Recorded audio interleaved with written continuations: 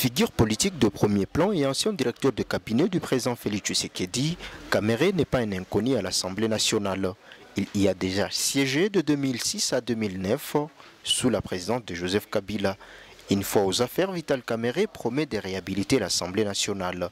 Donc faire en sorte que les députés nationaux soient respectés au même titre que les sénateurs américains, au même titre que les députés français. Pour certains habitants du Nord Kivu, l'arrivée de Kamere à la tête de l'Assemblée nationale représente une lueur d'espoir.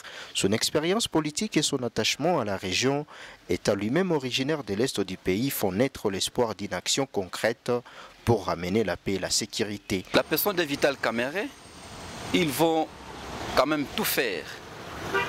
Ils ne vont pas baisser les bras parce que ce sont leurs fils, ce sont leurs filles, ce sont leurs mamans qui sont endeuillées au niveau de l'Est.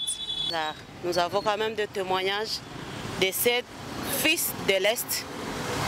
Et moi je pense qu'ils ne seront pas déçus parce que, étant donné que nous savons trop de lui, quand même il va contribuer pour l'avancement. Il va travailler pour l'avancement de ce pays, mais en particulier aussi de la province ou de l'Est de notre République.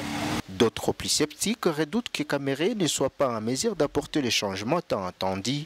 Ils pointent du doigt son passé judiciaire controversé et s'interrogent sur sa réelle volonté de s'engager pour la cause du Nord Kivu. Le regard du Nord Kivu est tourné vers lui, espérant qu'il saura concrétiser les promesses de changement et d'amélioration de la situation sécuritaire dans la région. Sur le temps, dira si Vital Kamere sera à la hauteur des attentes des Congolais.